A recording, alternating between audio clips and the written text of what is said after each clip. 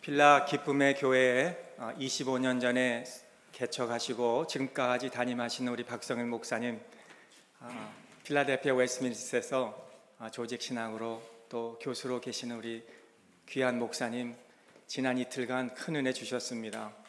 오늘 하루 또 이렇게 남았는데 여러분 마음을 활짝 여시고 오늘과 지금 대예배와 또 식사 후에 있을 그 1시간 남은 그 시간에 우리 또 은혜 받으시기 바랍니다. 우리 목사님 나오시겠습니다. 할렐루야.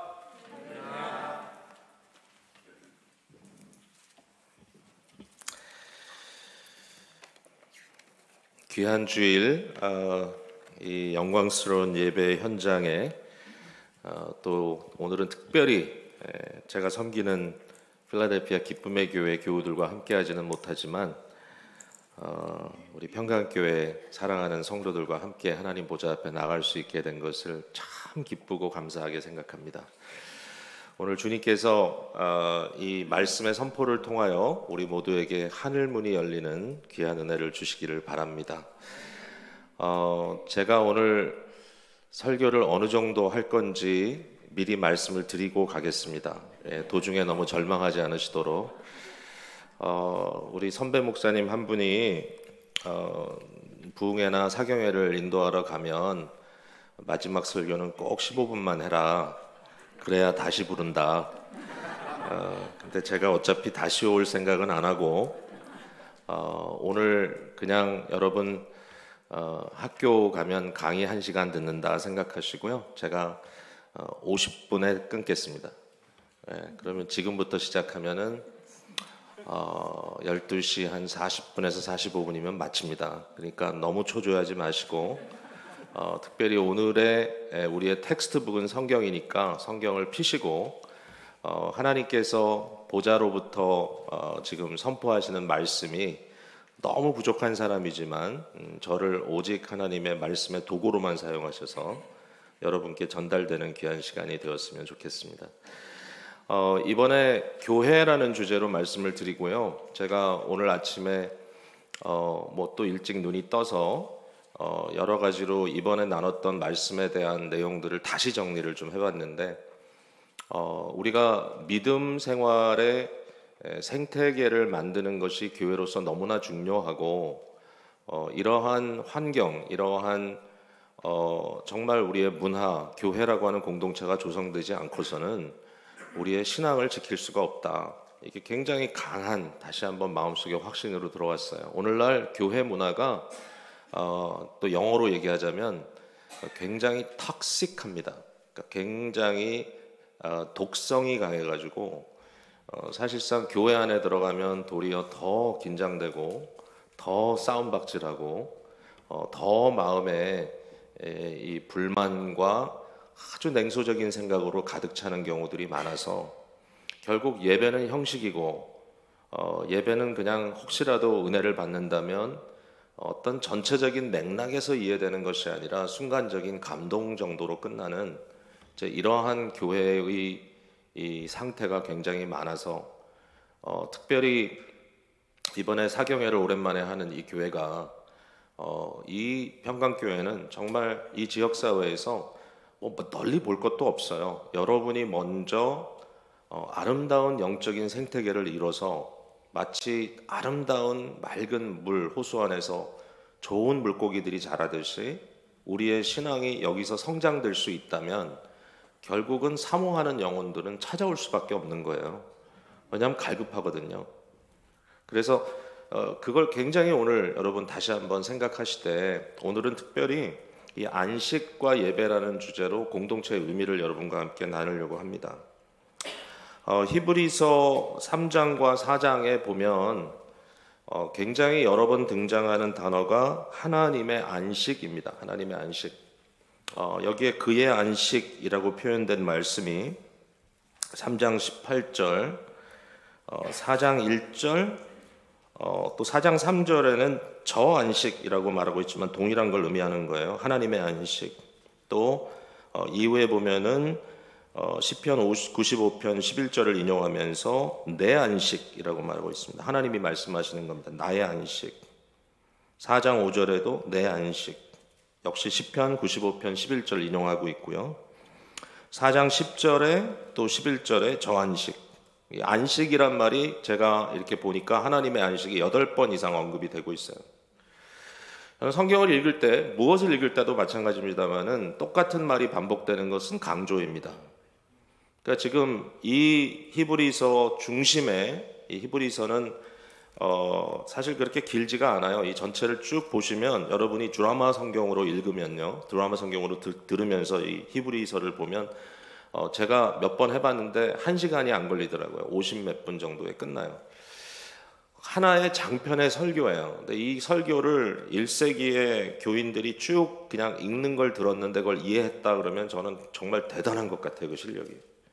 그러니까 우리 생각에 오늘날 사람들이 똑똑하고 옛날 사람 무식했다 그러는데요, 적어도 성경을 들여다봤을 때는 옛날 분들이 우리보다 훨씬 더 똑똑했던 것 같아요. 이 설교를 어떻게 들었을까? 오늘 이 설교를 풀어내려고 하면 우리가 1년 설교를 해도 모자랄 것 같아요. 근데 이 설교를 들었어요. 근데 설교의 중심에 뭐가 있냐면은 하나님의 안식으로 들어가야 된다라고 하는 굉장히 중요한 이 엑솔테이션, 권면이 나오고 있습니다. 하나님의 안식이 도대체 뭔가? 여러분, 이걸 알면 히브리서가 열립니다. 히브리서는 신약성경과 구약성경을 연결하는 굉장히 중요한 책입니다. 이 책은 심오합니다. 이 책은 소위 말하는 성경 신학의 핵심적인 텍스트입니다. 어떻게 구약의 모든 예고가 그리스도 예수를 통하여 성취되었고, 우리가 지금 어느 입장에 있는가? 우리는 지금 처음에 있는 것도 아니고 중간에 있는 것도 아니고 마지막 때에 와 있다. 종말을 만난 우리들. 이 종말의 의미를 너무나 잘 설명해 줍니다. 자, 어쨌든 도대체 이 하나님의 안식이라는 게 뭔가 생각을 해봤더니 한번 보세요. 4장 3절 한번 보겠습니다. 이미 믿는 우리들은 저 안식에 들어가는도다. 그가 말씀하신 바와 같으니 내가 노하여 맹세한 바와 같이 그들이 내 안식에 들어오지 못하리라 하셨다. 여기 노하여서 그들이 못 들어왔다는 얘기는 구약 이스라엘이라는 얘기지만, 하였으나 세상을 창조할 때부터 그 일이 이루어졌다 그랬습니다. 그러니까 즉 하나님의 안식은 창조의 시기부터, 창조의 사건으로부터 유래하고 있다라고 말하고 있는 거예요. 4장 10절에도 보면 이미 그의 안식에 들어간 자는 하나님이 자기의 일을 쉬신가 같이 그도 자기의 일을 쉬었다 그랬습니다. 하나님이 자기의 일을 쉰 게 언제입니까, 여러분?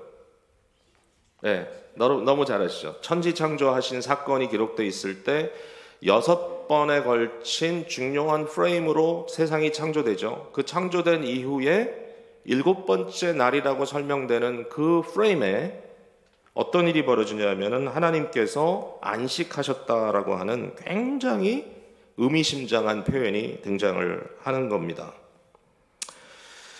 창세기 1장을 들여다보지 않고서는 좀 이해가 안 되겠죠. 제가 굉장히 빨리 지나갈 거니까 안전벨트 매시기 바랍니다. 창세기 1장 1절 여러분 펴 놓으셔도 좋아요. 지금 팍팍팍 지나갈게요. 창세기 1장 1절에 어떻게 시작이 되냐면 태초에 하나님이 천지를 창조하시니라 라는 히브리어 배열되어 있는 말씀이 등장합니다. 잘 번역된 겁니다. 태초라는 어떤 시제가 나오고 하나님이 등장을 합니다. 천지를 창조하시니라.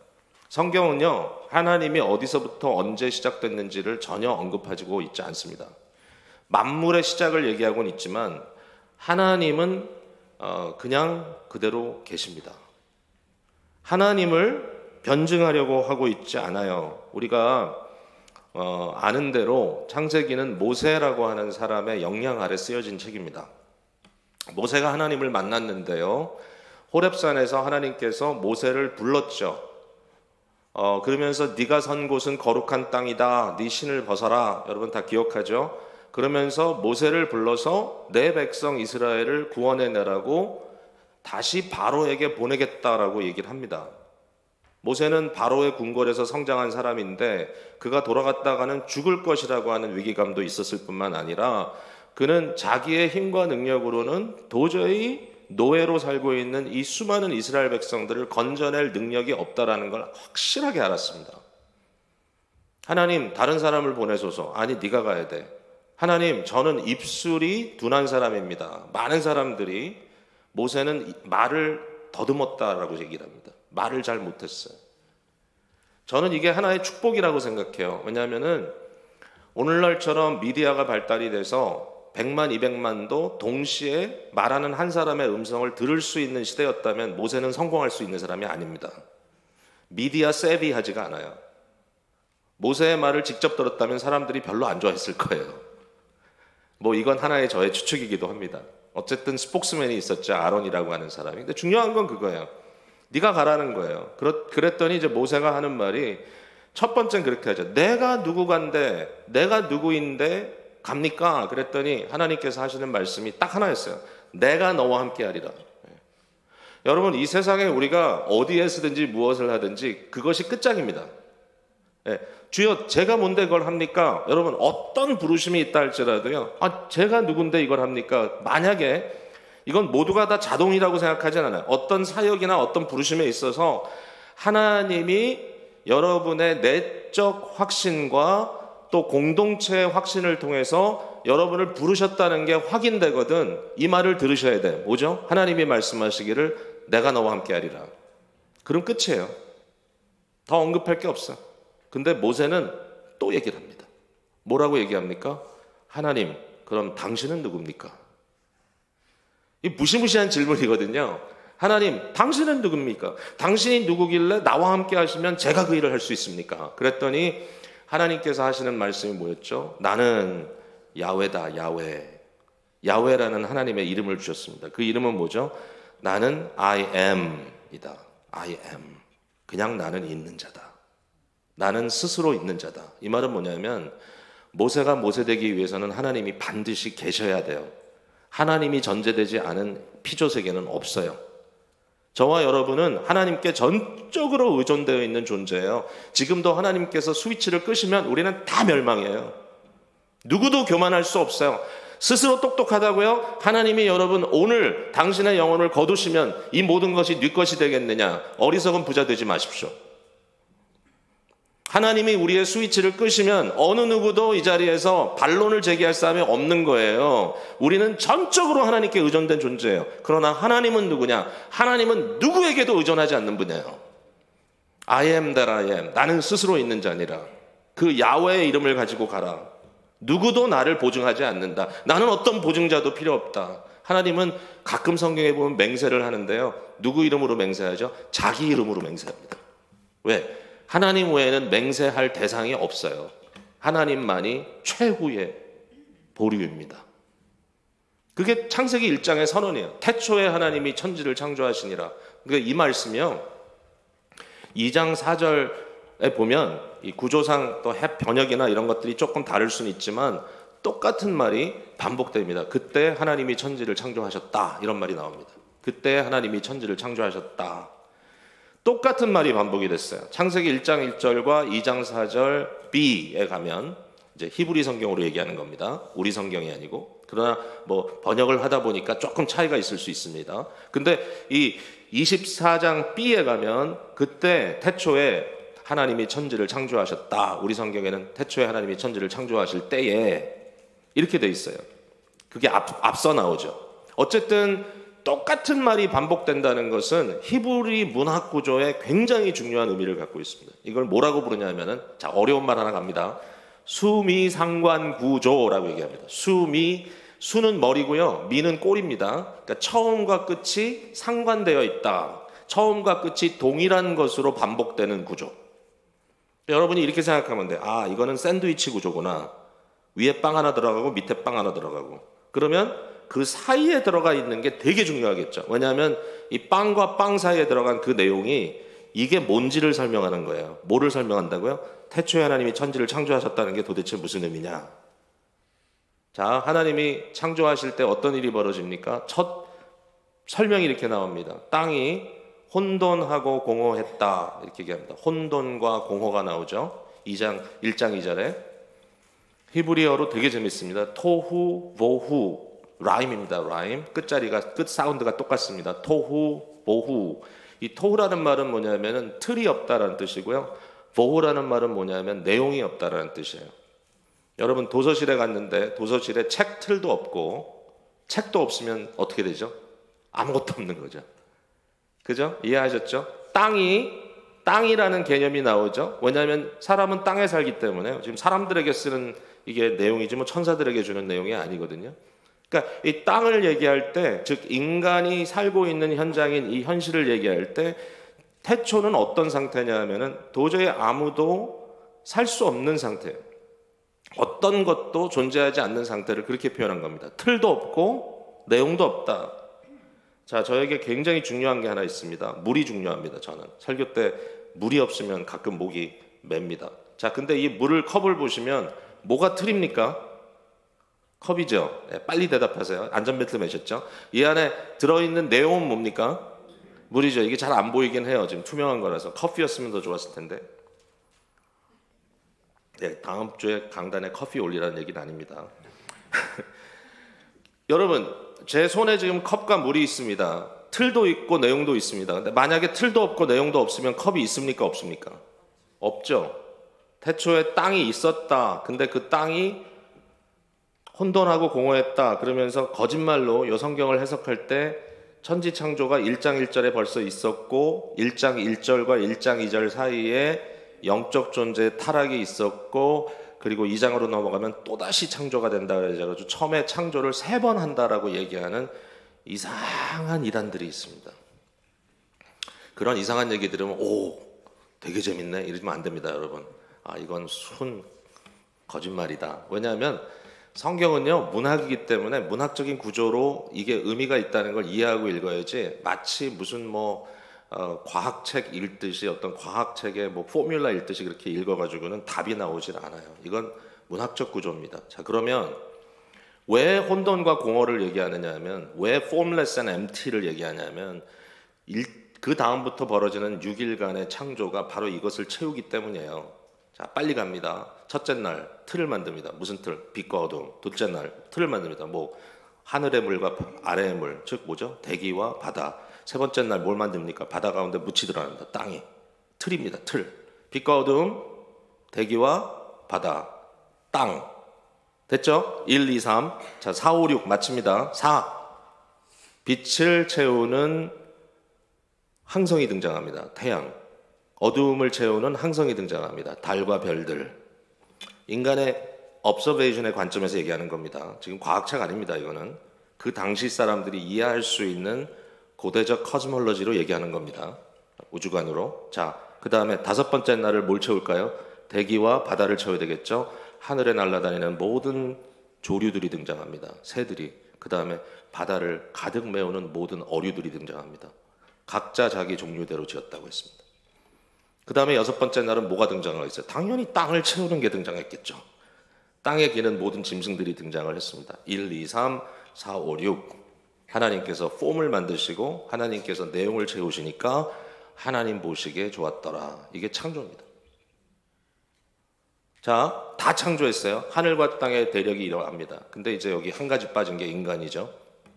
인간 얘기는 제가 조금 이따 할게요.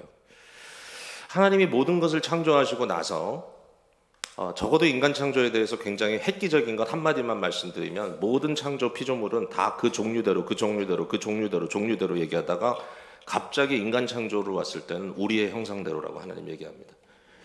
이게 인간의 위대함이에요. 인간은 분명히 육신을 갖고 있는 물질 세계에 속한 존재이지만 하나님의 영적인 호흡이 있는 놀라운 영물입니다. 인간은 하나님을 바라볼 수도 있고 땅을 바라볼 수도 있는 이중적 사고 구조를 가지고 있습니다. upstairs, downstairs. 인간만 갖고 있어요. 이거는. 천사는 육신이 없어요. 짐승은 영혼이 없어요. 요새 집에서 사랑하는 개, 뭐든지 하여튼 키우시는 분들은 여러분의 짐승이 영혼이 있다고 믿을 거예요, 아마. 개들도 죽으면 장례 지내주세요. 가끔 그런 사람이 있어요, 저한테 와서. 그럼 제가 기도는 해줘요. 예, 개의 영혼을 위해서 기도하지는 않고 주인의 위로를 위해서 기도를 해줘요. 근데 개가 영혼이 있다고 얘기하는 사람이 있어요. 근데 저는 개가 인격은 가질 수 있다고 생각해. 이거 되게 획기적인 말이죠. 누구의 능력으로? 주인의 능력으로. 왜냐하면 주인이 계속 얘기하니까 거울처럼 인격이 갑자기 생겨. 그래서 개도 참 귀해요. 어떻게 보면 개가 인간보다 더 많이 깨닫는 것처럼 느껴질 때가 있어요. 그건 왜냐하면 인간이 타락했기 때문에 그래요. 인간이 타락을 안 했다면 개가 감히 인간 앞에서 인간 노릇을 행동을 취할 수가 없어. 매일 인간을 예배할 거야 아마. 인간이 너무 위대해 보이기 때문에.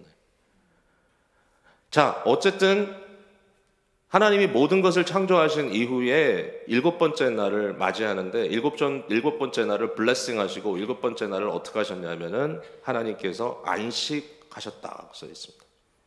자, 여기에 굉장히 중요한 질문이 나옵니다. 안식이란 말은 무슨 뜻이죠? 안식이란 말은 멈춘다는 뜻이고 쉰다는 뜻입니다. 그러면 하나님이 창조를 완성시켰다는 의미도 거기 있지만, 그럼 하나님이 6일 동안 참 애를 쓰셔가지고 결국 너무 지치셔가지고 하나님께서 쉬셨냐? 여러분, 아니죠. 분명히 아니죠. 6일의 창조에 대한 이해가 좀 더 훨씬 더 우리가 깊어야죠. 어쨌든 이 창조를 다 마치신 하나님께서 안식이라는 순간을 선포하신 것은 하나님이 피곤해서 쉬신 것이 아닙니다. 안식의 의미를 다른 곳에서 찾아야 됩니다. 하나님이 쉰 게 아니에요. 예수님께서 말씀하셨어요. 내 아버지는 일하시니 나도 일한다. 안식일에 하나님도 쉬시는데 무슨 얘기냐? 아버지는 쉬는 일이 없다. 아버지가 쉬시면 모든 세상이 끝나요. 창조주 하나님은 또 섭리의 하나님이에요. 절대로 멈춰서는 안 돼요. 하나님은 멈출 수가 없어요. 하나님은 액션이에요. 끊임없는. 액션이란 표현도 그렇지만 존재 자체가 모든 것을 다 지금 붙들고 계세요. 하나님은 그런 분이에요. 그러면 안식이라는 말이 무슨 뜻이냐라고 하면요, 저는 안식의 다른 의미를 우리가 생각해야 돼요. 그게 뭐냐면 안식이라는 말의 의미는 또 다른 말이 있어요. 또 다른 의미가 있어요. 샤바트라는 말의 의미는 자기의 집으로 돌아간다, 이런 뜻이 있어요.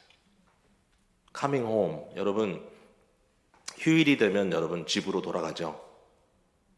멀리 노동하러 갔던 사람도 휴가가 되면 돌아오죠. 집으로, 자기 집으로. 그런 생각을 하시면 돼요. 그러면 하나님이 자기가 가실 자리로 갔다. 이게 뭐냐? 지난 주말에 영국에서 찰스 3세 왕의 코로네이션이 있었습니다. 그죠? 대관식. 이것 때문에 말이 많아요. 무슨 오늘 같은 시대의 왕이냐? 돈만 허비한다. 막 시위도 하고. 반면에 굉장히 거기에 대한 또 로열티를 가지고 굉장히 환영하는 사람도 있고. 어쨌든 지금 안식일이라는 개념은 뭐냐면은 이런 거예요. 자, 이사야 66장 1절에 보면 하나님께서 이렇게 말씀하십니다. 하늘은 나의 보좌요, 땅은 나의 발판이다. 네가 나를 위하여 집을 지어주겠냐? 이거는 성전에 대한 오해를 가지고 있는 사람들에 대한 하나님의 굉장히 노골적인 도전입니다. 다윗도 그랬어요. 솔로몬도 그랬어요. 주를 위하여 집을 지어드리겠습니다. 하나님께서 말씀하시기를 네가 네 손으로 나를 위하여 집을 지어준다고? 다윗에겐 그랬죠. 네가 내 집을 지어주는 게 아니라 내가 너 집을 지어줄게. 내가 다윗 가를 세우겠다. 여러분, 이 똑같은 말을 스데반이 하죠. 그리고 돌 맞아 죽죠. 천지를 창조하신 하나님은 그의 존재 자체가 사람의 손으로 지은 집을 의지하고 거기 들어가 사는 것이 아니다. 왜 성전을 가지고 너희들이 그렇게 집착하느냐? 헤롯의 성전은 400여 년 동안 지었다고 하는 정말 말도 안 되는 스토리가 있는데, 이 귀하고 아름다운 성전, 돌 위에 돌 하나도 남지 않겠다라는 주님의 말씀 여러분 기억하시죠? 그게 하나님의 성전이 아닌 거야. 성전은 모형일 뿐이야. 성전은 무엇의 모형이죠? 우주의 모형입니다. 우주의 모형. 왜냐하면 하나님은 하늘을 보좌로 땅을 그의 발판으로 삼으시고 온 우주를 지었어요. 온 우주는 뭐냐면 하나님의 궁궐이에요. 그러면 안식일은 뭐죠? 하나님이 모든 궁궐을 완성시키시고 그 보좌에 앉으셔서 예배를 받으시는 대관식입니다. 깨달아졌어요. 이제 그게 안식이래요. 하나님의 안식. 그러니까 하나님의 안식에 들어가면 어떤 일이 벌어지느냐? 모든 세상이 원 위치대로 질서 있게, 조화 있게, 완벽함을 갖추게 되는 것이 안식의 개념입니다. 여러분, 이 똑같은 천상의 예배가 어디 등장하냐면 요한계시록 4장에 등장합니다. 하늘에서 음성이 들립니다. 거기에 요한이라고 하는 사도가 밤모섬에서 환상을 봅니다. 하늘 문이 열립니다. 이리로 올라오라. 내가 올라갔더니 하늘에 놓인 보좌를 보았습니다. 보좌에 계신 분이 물론 형체로 눈에 딱 들어오진 않죠. 하나님의 영광을 어떻게 감히 보겠습니까? 그러나 그 위는 마치 무지개와 같고 그 앞은 정말 이 에메랄드를 깐 것 같은 쫙 펼쳐져 있는 파란 그 광장 같은 그런 모습이 있는데 그 주위에 생물이 둘려 있고 생물은 바로 창조의 리마인더입니다. 모든 창조의 리마인더. 그리고 그 앞에 24장로가 보좌에 앉아 있습니다. 보좌에 24장로. 자, 이제 이 비밀을 얘기할게요. 하나님이 아담과 하와를 지으셨을 때 그냥 지으신 게 아니에요. 하나님의 대리자로 지었어요. 하나님의 형상을 가진 자들로 하나님께서 만드신 피조세계를 다스릴 뿐만 아니라 하나님을 예배할 수 있도록 모든 피조세계를 이끌고 하나님을 예배하는 예배 인도자로 지었습니다. 인간의 위치는 왕같은 제사장, 하나님의 뜻을 선포하는 선지자, 왕, 제사장, 선지자, 온 세상을 향하여 하나님과 세상 사이에서 제사장의 역할을 감당하고 왕같이 세상을 하나님을 대리하여 다스리고 그리고 하나님의 뜻을 선포하는 존재로 인간을 지으셨어요. 인간은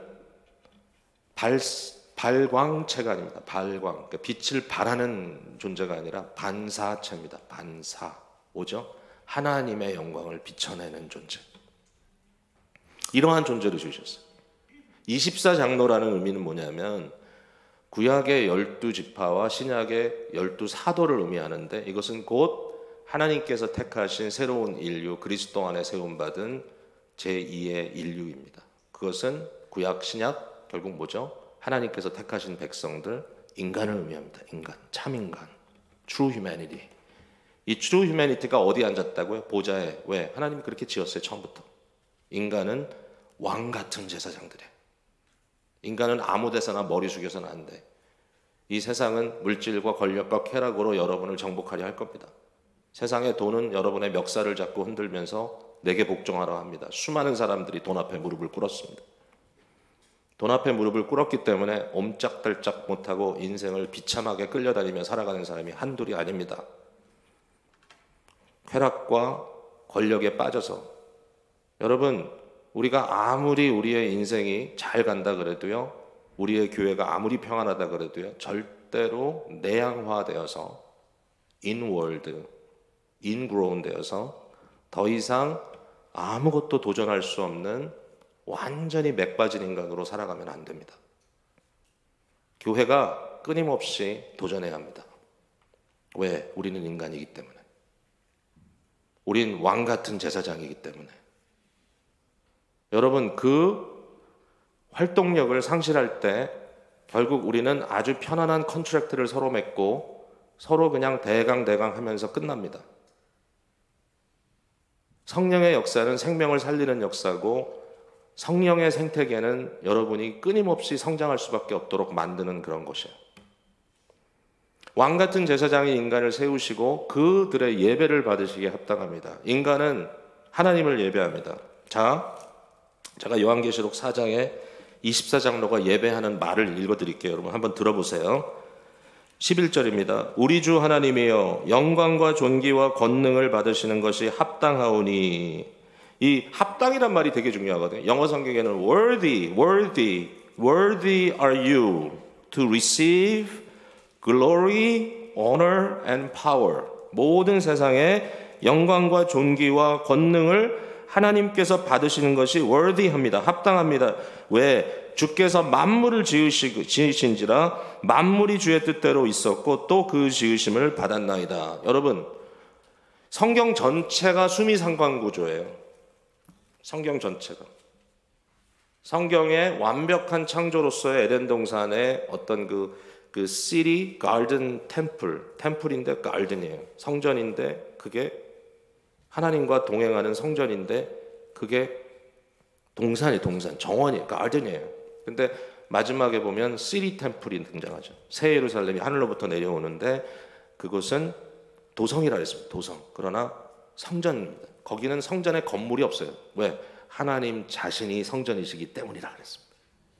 왜? 온 우주가 성전화된 것이 회복된 것입니다. 자, 성경은 이처럼 수미상관구조 얘기했죠. 머리와 꼬리가 같아요. 창세기 1장, 2장 나와 있는 내용과 마지막 요한계시록의 내용이 그대로 매기통해. 지금 제일 중요한 건 뭐예요? 무엇을 위해 우리가 존재합니까? 온 피조세계가 하나님을 세세무궁토록 예배하는 것이 성경의 목적이고 하나님 나라의 목적이고 존재적 목적이에요.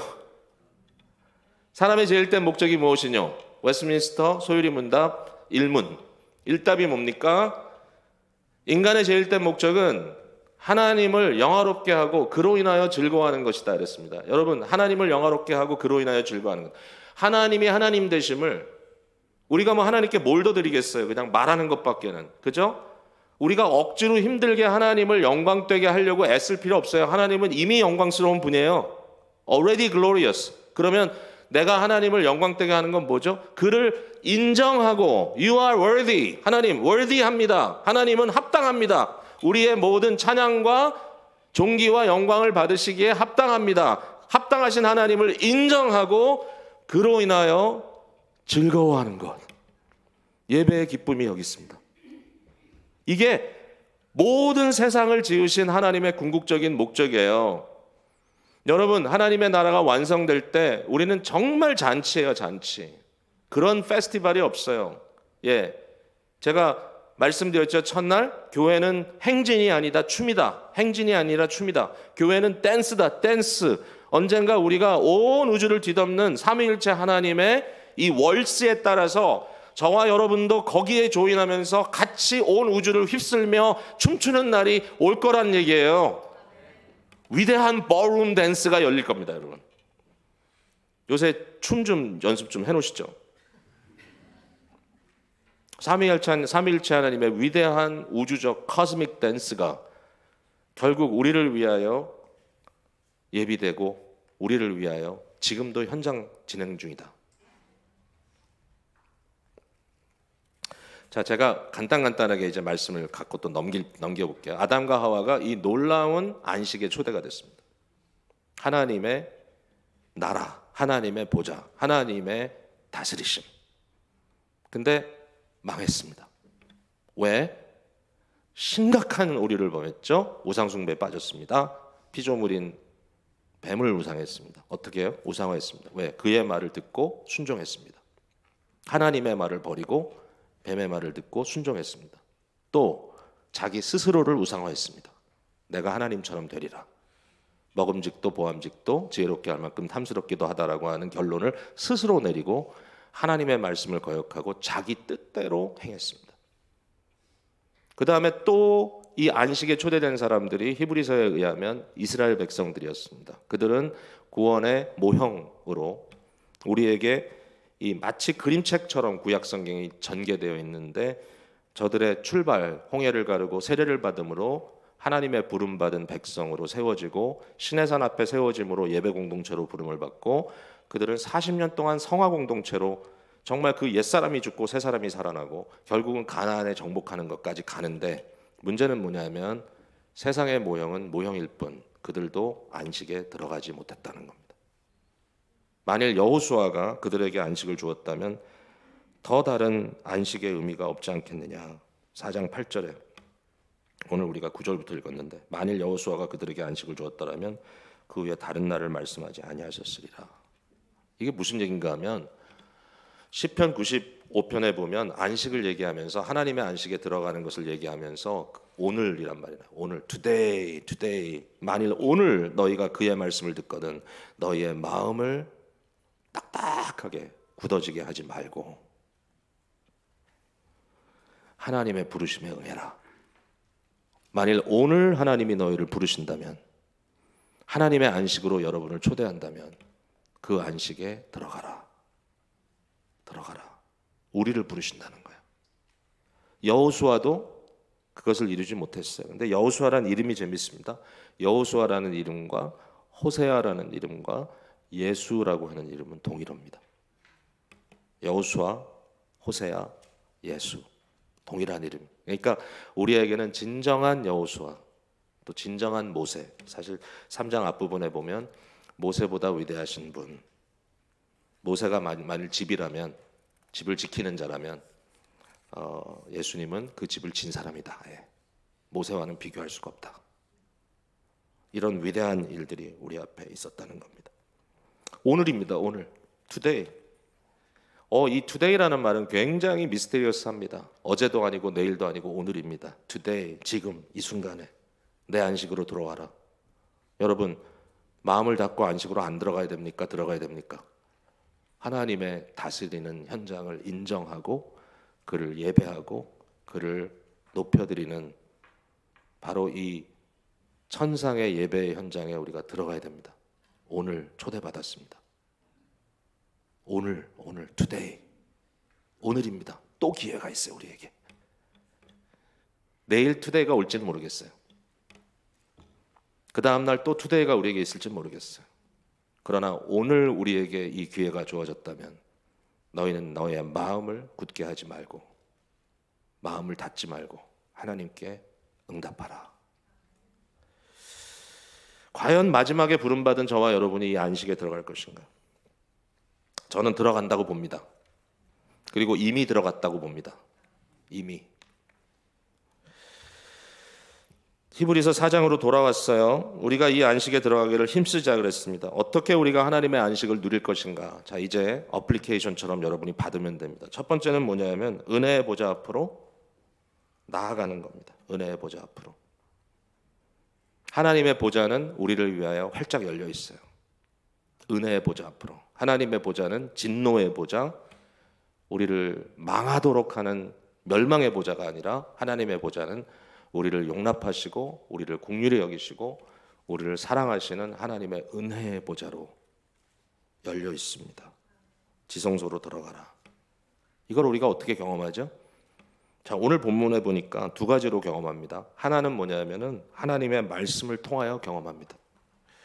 12절에 하나님의 말씀은 살아있고 활력이 있어 좌우의 날선 어떤 검보다도 예리하여 혼과 영과 및 관절과 골수를 찔러 쪼개기까지 하며 또 마음의 생각과 뜻을 판단하나니. 자, 어제 저희가 말씀 나눌 때 디모데후서 3장 16절 말씀했죠. 하나님의 말씀은 유익하다. 무엇을 위하여? teaching, 옳은 것을 가르치고, rebuking, 잘못된 것을 우리에게 야단치시고, correcting, 잘못된 것을 옳은 것으로 자꾸 바꿔가고, training, 이것을 반복적으로 함으로써 우리 안에 예수 그리스도의 장성한 분량까지 성장해 나가는 이 성장 동력이 이루어진다. 하나님의 말씀은 그런 것이다. 여기도 그런 얘기예요. 하나님의 말씀. 근데 어떤 일이 벌어지죠? 여기 13절에 지으신 것이 하나도 그 앞에 나타나지 않음이 없고 우리의 결산을 받으실 이의 눈앞에 만물이 벌거벗은 것 같이 드러난다.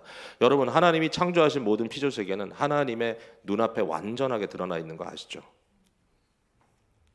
다 벌거벗은 것 같아. 근데 되게 아이러니하게도 아담과 하와가 범죄한 후에 자기를 가렸어요. 숨었어. 하나님 뭐라 했죠? 찾아왔어요. 네가 어디 있느냐? 뭐라 그러겠어요? 우리가 부끄러워 숨었습니다. 왜? 너가 갑자기 수치심을 느끼니? 왜 갑자기 은혜의 보좌가 수치의 보좌가 됐느냐? 왜 은혜의 보좌가 너에게는 위험한 보좌가 됐느냐? 왜 은혜의 보좌가 너희에게는 갑자기 거북스러운 보좌가 됐느냐? 왜? 왜 그랬니 너? 내가 먹지 말라고 하는 그 나무의 과실을 먹었느냐? 이거는 뭐 사과 하나 따먹었다고 그런 얘기가 아니라 네가 내 말을 여기에 나오는 선악과는 저는 성례적 의미를 갖고 있다고 생각해요. 먹으라고 할 때 먹어야 돼. 먹으라고 할 때. 선악 자체에 문제가 있는 건 아니라고 저는 봐요. 하나님이 하나도 악한 걸 창조하지 않았어요. 그러나 하나님의 명령에 따라 먹을 때 먹고 먹지 말 때 먹지 말아야 되는 것. 여러분, 성찬에 대해서도 얘기하잖아요. 우리가 이것을 분별하지 않고 먹고 마시면 무슨 일이 벌어진다고요? 자기의 죄를 먹고 마시는 것이니라. 여러분, 선악과는요 그런 의미예요. 그러니까 하나님의 주권 아래 그의 말씀이 과연 그들에게 기준이 되느냐, 그들이 하나님의 다스림 아래 있느냐, 그들은 하나님을 경외하느냐, 이것을 보는 거지 먹고 마시는 문제를 갖고 따지는 게 아니에요. 나중에도 보면 우리 주님께서 모든 식물을 거룩하다 하셨어요.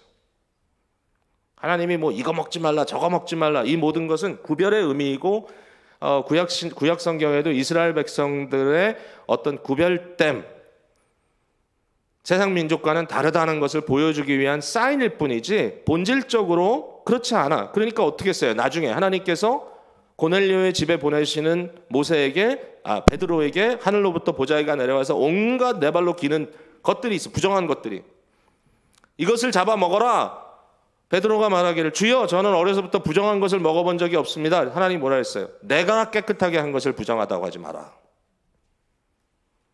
문제는 뭐냐면 하나님의 말씀, 하나님의 권위, 하나님의 뜻에 순종하지 않은 바로 그 범죄의 이 반박하고 반발하는 행위가 그 마음이 뒤틀어진 것으로 인하여 하나님과의 온전한 교제가 끊어진 것이 문제인 거예요. 우리에게 주어진 복음은 뭐예요? 그 하나님과 화해하는 거예요. 화해하는 거예요. 어떻게 화해가 되죠? 다 뒤틀어지고 망가진 인간을 고치기 위하여 하나님께서 우리가 아직 연약할 때, 우리가 아직 죄인 되었을 때, 우리가 아직 하나님 앞에 원수로 살아갈 때 그 아들을 보내심으로 우리를 화목시켰다. 십자가에 우리의 옛사람을 못 박음으로, 십자가에 아담을 못 박음으로, 우리의 원죄를 십자가에 못 박음으로 우리를 하나님과 화목되게 하셨다. 초대한 거예요. 하나님의 이 말씀이 모든 것을 들여다봅니다. 인간은 벌거벗은 것과 같아요. 우리는 하나님 앞에 온전히 드러나는 존재입니다. 하나님 말씀이 우리를 벗어지게 합니다. 벗어지게. 오직 벗어지게 합니다. 그러나 그게 다가 아니에요. 그 다음에 너무 은혜로운 말씀이 있어요. 아니, 우리가 우리 모습으로 벗고 살 수 있겠냐? 14절에 그러므로 우리에게 큰 대제사장이 계시니 승천하시니 곧 하나님의 아들 예수시라. 우리의 믿는 도리를 굳게 잡을지어다. 예수님만 붙들어라. 왜냐하면 우리에게 있는 대제사장 예수는 우리의 연약함을 동정하지 못하는 분이 아니다. 우리가 아직 연약할 때에, 예수님은 어떤 분이냐? 우리의 연약을 체휼하시는 분이다. 여기 동정이란 말이 뭐냐면 파테오라고 하는 헬라어입니다. 파테오는 고통당하다라는 뜻입니다. 숨이라는 말은 together with. 여러분 영어 단어에 sympathy가 있죠. sympathy라는 단어가 바로 숨파테오의 영어식 표결입니다. 헬라어가 그렇게 멀지 않아요. 여러분 영어 좀 하시면 다 이거 보여, 눈에 보여. 근데 사실 sympathy라는 말은 어떤 건가 하면 아유 안 됐다. 이게 심패티죠. 그러니까 단어가 퇴색된 거예요. 심패티의 원래 의미는 오늘날은 영어로 도리어 empathy라는 말이 생겼어요. empathy 뭐죠? 상대의 아픔을 함께 느낀다. 근데 원래 엄밀히 얘기하면 숨파테오가 아픔을 함께 하다. 아픔을 함께 느낀다. 여러분 오늘 아프세요? 어떤 의미든지 여러분의 마음, 감성, 육체, 심지어는 중독증에 빠져가지고 여러분의 의지가 병들어 있는 사람도 많아요. 요새는 어떤 중독이 많나요? 뭐 요새는 심지어는 컴퓨터 게임 중독도 얘기를 하더라고요. 왜냐하면 중독이란 건 뭐냐면 그 자체가 나쁜 게 아니라 그것으로 인하여 여러분이 사람으로 살아가지 못할 때 그게 중독인 거예요. 사람답게. 예. 누가 부르네요. 누구신지 빨리 답하세요. 옆에서 그냥 꺼주시면 되는데. 제가 이렇게 참지 못하고 또 한마디를 해가지고 괜히 무한하게 죄송합니다. 참. 자, 여러분 지금 무슨 얘기하다 글로 갔죠? 무슨 얘기하다가? 중독. 왜 또 갑자기 중독 얘기를 했죠? 병든 얘기하는 거죠 지금. 헷갈려. 자, 병든 사람들. 모든 병들고 아픈 사람들이 여러분이 이 자리에 있는데 우리 주님께서 어떤 분이냐? 우리의 중보자는 그것을 느끼시는 분이에요. 이해돼요? 함께 아파하시는 분이에요. 예수님은 그 일을 하시기 위하여 성육신 하셨고 그 일을 하시기 위하여 죽기까지 복종하셔서 십자가에 돌아가셨어요. 저와 여러분을 위해서. 그래서 그분이 뭘 하시죠? 그분은 우리를 위하여 중보하십니다.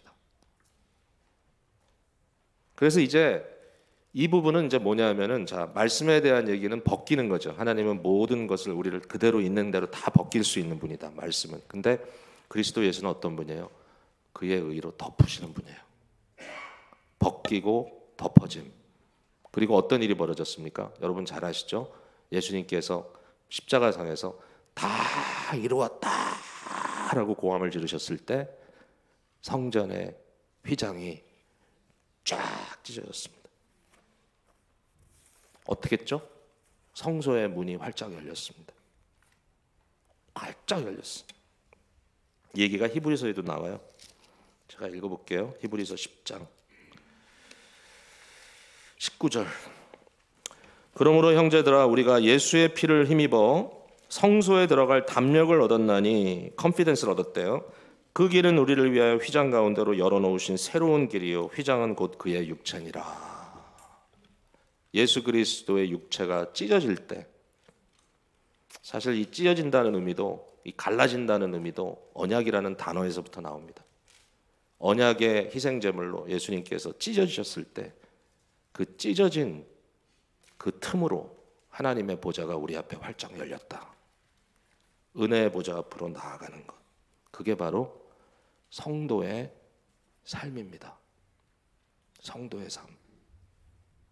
자, 지금까지는 우리가 어떻게 하나님의 안식에 들어가느냐, 하나님을 인정하고 하나님을 영화롭게 하고 하나님을 예배하는 그 현장에 어떻게 들어가느냐, 성도로서 말씀을 통하여 벗겨지고 그리스도의 대속으로 인하여 덮여지고 때를 따라 돕는 은혜를 얻기 위하여 언제든지 하나님의 은혜의 보좌 앞으로 담대히 나갈지니라.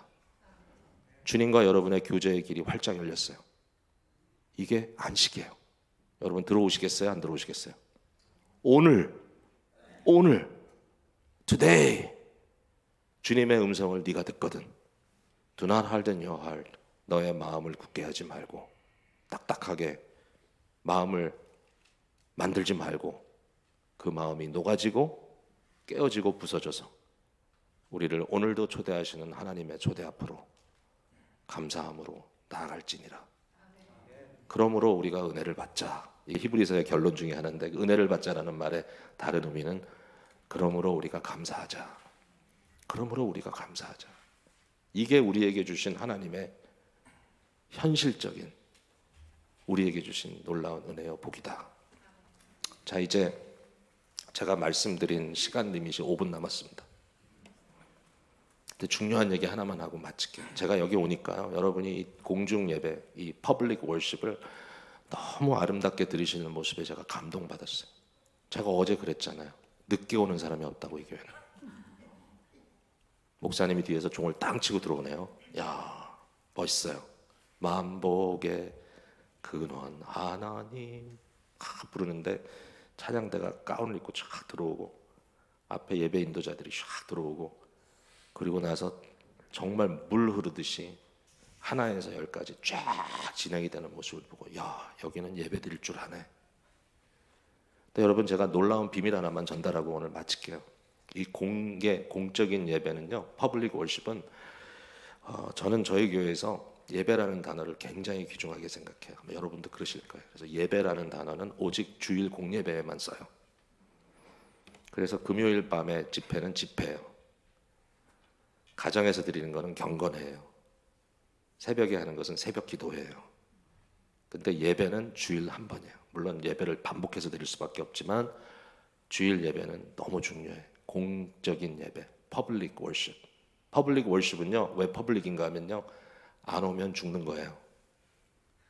주중 집회는 혹시 여러분 안 와도 괜찮아요. 물론 유익이 되지만, 지난 사경회 때 한 번도 안 오신 분들 있죠, 여기? 네, 괜찮아요. 그게 여러분에게 뭐 아주 치명적이지는 않을 거예요. 또 나중에 들으면 돼요.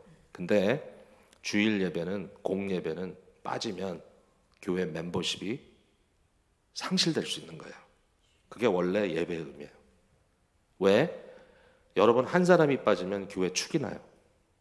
우리는 한 몸 그리스도를 이루는 지체예요. 지체들 모두 다 자기 자리가 있어. 한 분이 이유 없이 빠지면 그건 뭐라 그러냐면 시험 들었다 이렇게 얘기합니다.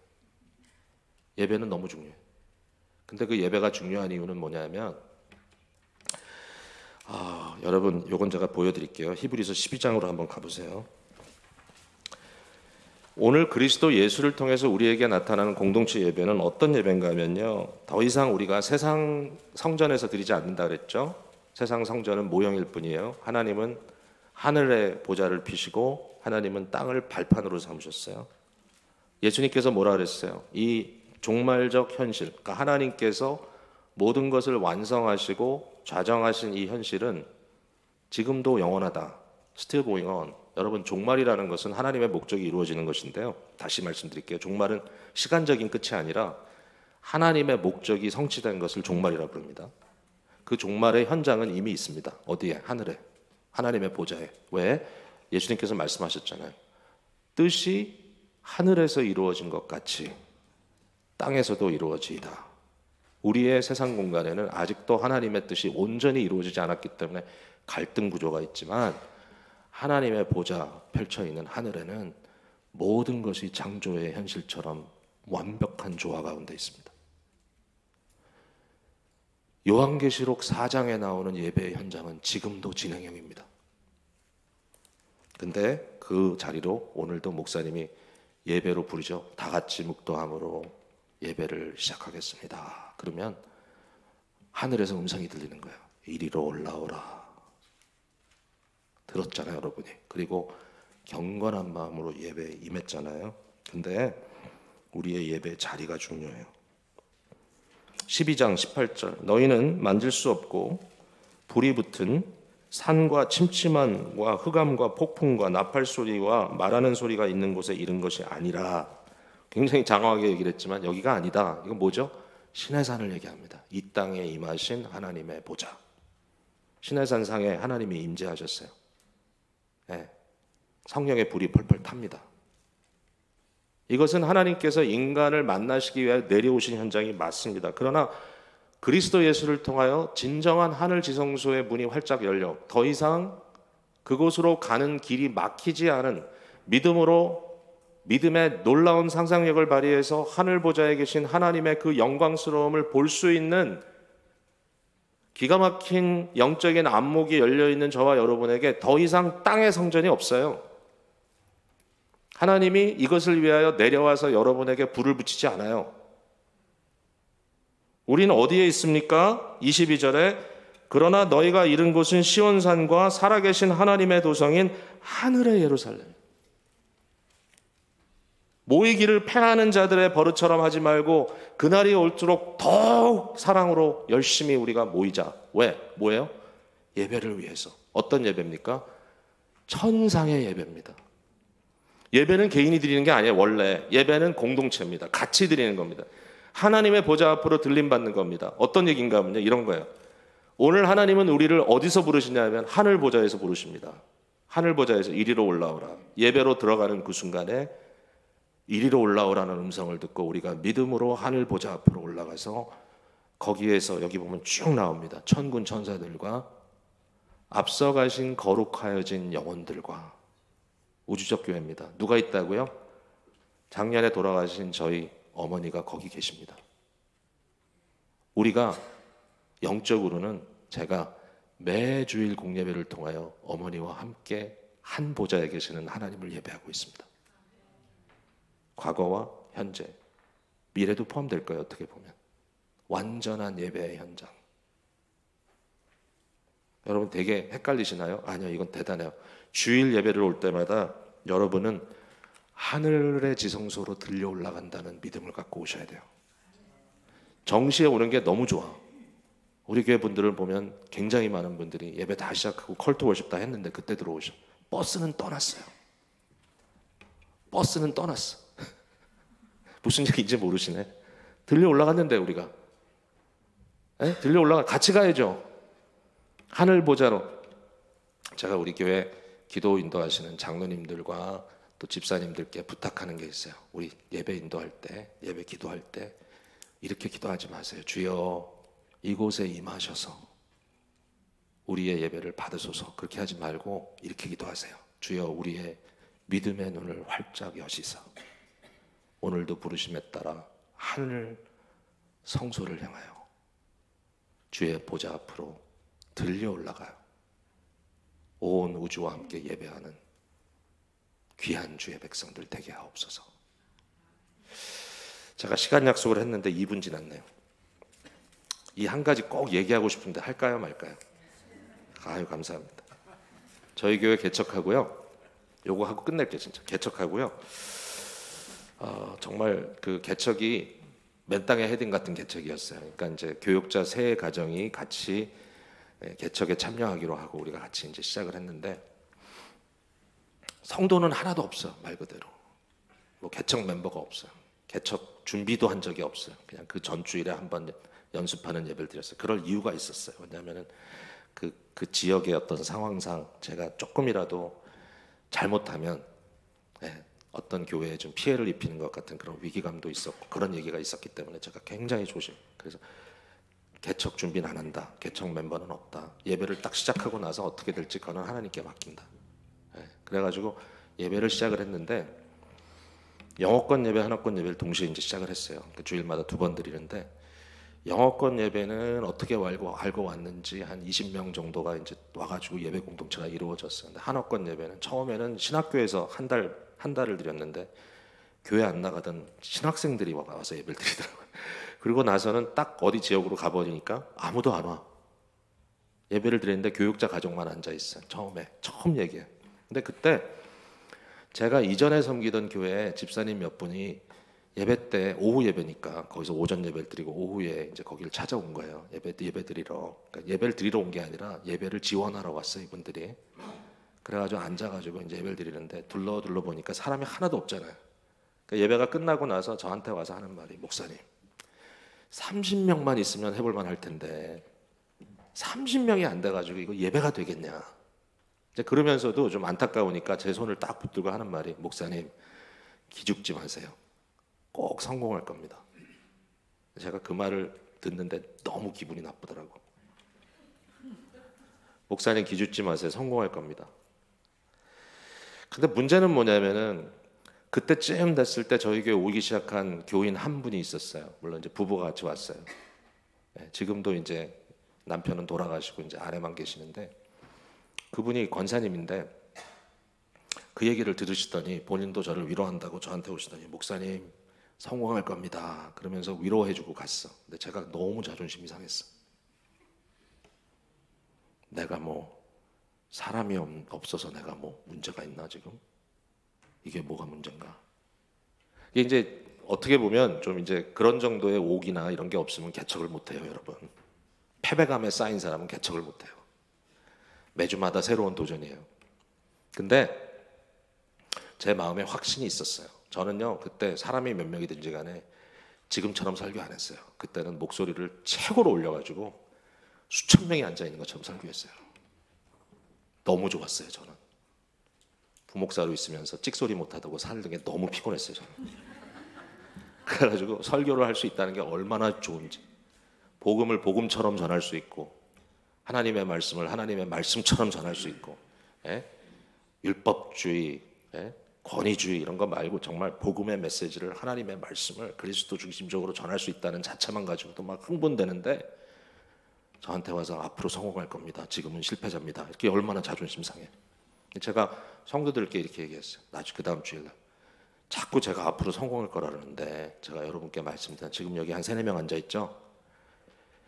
3-4명이 예배를 하나 30명이 예배를 하나 우리는 성공할 수 있고요, 3,000명이 모이든 3만 명이 모이든 실패할 수 있습니다. 저와 여러분의 눈이 믿음으로 열려서 오늘도 하늘 보좌에서 우리를 부르시는 천상에 올라가 보좌에 계시는 하나님 앞에 예배드리는 우주적 예배에 참여한다면 그게 성공이요, 그게 완성입니다. 절대로 사람이 많다고 예배가 더 완성되는 거 아닙니다. 여러분의 느낌은 좀 다를 수 있어도 그것은 심리학입니다. 심리학, 사회학. 많은 사람이 모인 데 가가지고 예배 들으면 좀 전율이 오죠. 그거는 소시올러지. 그게 꼭 성령의 역사가 아니에요. 성령의 역사라면 이단들은 다 성령의 역사하는 거게? 수천 명, 수만 명씩 모여있는 이단들은? 영적인 예배는 믿음으로 드리는 예배입니다. 그래서 제가 그 얘기를 탁 하고선 끝나고 이제 교인들 한 분씩 맞이하는데 몇 명 안 되는 교인이지만 바로 그 권사님이, 지난주에 그 얘기를 했던 권사님이 제 앞에 오시더니 제 손을 꼭 잡고 눈물이 글썽글썽 하셔가지고, 목사님 우리 성공했습니다 그러면서 가시는데 제가 너무 감격했어요. 이 자리에 누구도 실패하는 자가 없기를 바랍니다. 이 교회는 성공하는 교회인 줄로 믿습니다. 이미 성공했어요. 이 예배를 통해서 우리는 하늘 보좌에서 주님의 영광을 보고 있습니다. 믿음으로 경험하시기를 주님의 이름으로 축복합니다. 사랑의 주님, 오늘도 안식과 예배를 통해서 공동체가 얼마나 중요한 것인지, 이 예배가 없다면 우리는 죽을 수밖에 없다는 사실을 주님 앞에 고백했습니다. 우리가 영적으로 어카운터빌리티가 있고 서로 한 가족이 되어서 아름다운 믿음의 생태계를 이룬 이 교회를 통하여 또 공동체로 예배하여 우주적 예배에 참여할 수 있다는 이 현실이 얼마나 위대한 특권인지, 정말 우리가 이 생각을 절대로 놓치지 말고 정말 주의 교회를 사랑하고 바로 이 공동체를 통하여 우리가 스스로 성장할 뿐만 아니라 서로를 성장시킬 수 있는 복되고 아름다운 교회 되게 하여 주시옵소서. 거룩하신 우리 주 예수 그리스도 이름으로 기도합니다. 아멘.